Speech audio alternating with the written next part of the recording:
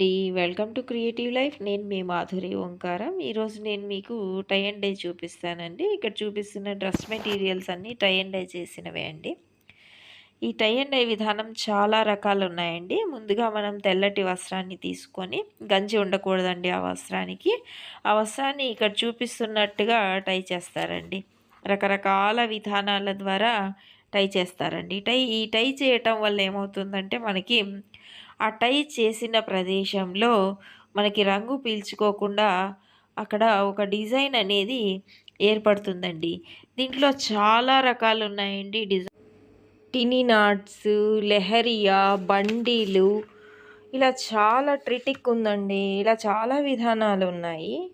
ఈ డిజైన్స్ అన్నిటినీ వీళ్ళు ఈ ఫోల్డింగ్ విధానం ద్వారానే వస్త్రాన్ని ఫోల్డ్ చేస్తూ దారం కడుతూ మోడల్ అనేది తయారు చేస్తారండి. ఈ విధంగా తయారు చేయడం వల్లనే మనకి డిజైన్స్ అనేవి కనిపిస్తాయి ఆ ఫ్యాబ్రిక్‌లో. నేను వెంకటగిరిలో షూట్ చేశానండి. ఈ వీడియో షూట్ చేయటానికి నాకు పర్మిషన్ ఇచ్చిన అశోక్ గారికి ప్రత్యేక ధన్యవాదాలు తెలుపుతున్నాను. వాళ్ళ బ్రదర్ షాప్‌లో ఈ డ్రెస్ మెటీరియల్, శారీస్ మనకు దొరుకుతాయండి. లాస్ట్‌లో మీకు ఈ వీడియో చివరిలో వాళ్ళ విజిటింగ్ కార్డ్ ఇస్తాను. కావాలన్న వాళ్ళు కాంటాక్ట్ చేయొచ్చు.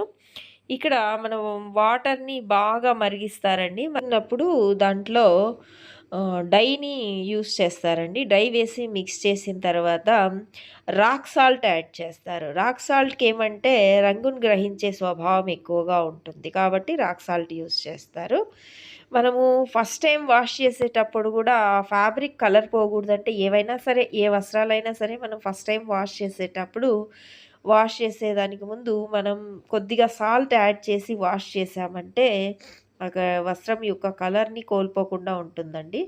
ఇక్కడ చూడండి ఆ డై అనేది రెడీ అయిన తర్వాత దాంట్లో డిప్ చేస్తున్నారు. వాళ్ళు గ్లౌస్ ధరించారండి. ఆ గ్లౌస్ ధరించి ఆ వస్త్రాన్ని వేడి నీళ్ళలో డిప్ చేసి పిండేసి ఆ రిమైనింగ్ అంతా పిండేస్తున్నారక్కడే.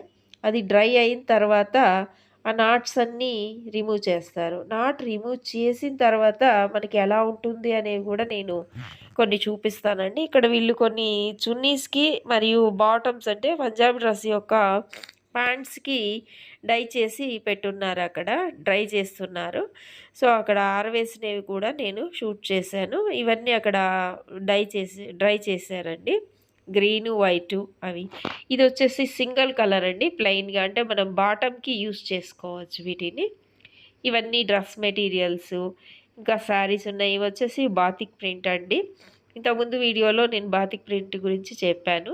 సో, ఇక్కడ మనకి డ్రెస్ మెటీరియల్స్‌లో బాతిక్, టై అండ్ డై అన్నీ దొరుకుతాయండి. కావాలన్న వాళ్ళు కాంటాక్ట్ అవ్వండి. Thank you.